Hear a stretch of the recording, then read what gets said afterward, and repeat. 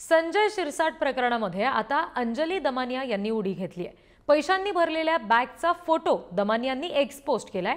बॅगमध्ये पैसे दिसत असताना कपडे असल्याचं शिरसाट कसं म्हणतात हा सवालही त्यांनी उपस्थित केला। सामाजिक कार्यकर्ते अंजली दमानिया यांनी संजय शिरसाट यांना हा थेट सवाल केलेला आहे। संजय राऊत यांच्याकडून एक व्हिडिओ समोर आणला गेला, ज्याच्यामध्ये संजय शिरसाट आणि ही पैशांची बॅग पाहायला मिळते।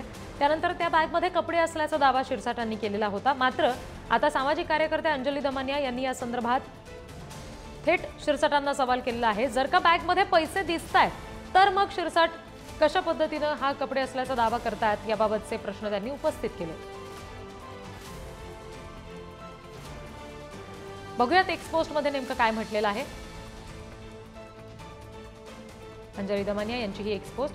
मला संजय शिरसाट यांची कमाल वाटते। बॅगमध्ये चक्क पैसे दिसत असताना ते पैसे नाहीत कपडे असतील असं शिरसाट म्हणूच कसं शकतात।